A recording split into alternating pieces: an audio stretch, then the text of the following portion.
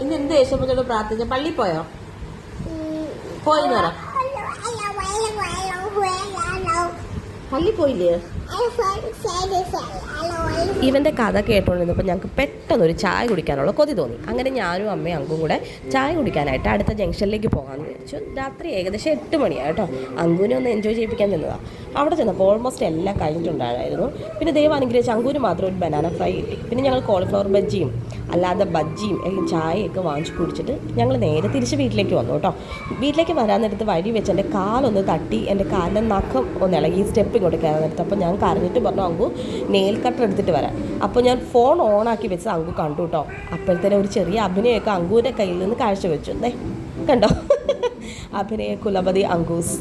അങ്ങനെ അങ്കു പോയി എനിക്ക് നെയിൽ കട്ടർ എടുത്തുകൊണ്ട് വന്നു. കണ്ടില്ലേ, ഇതാണ് ആ nail cutter, new generation nail cutter.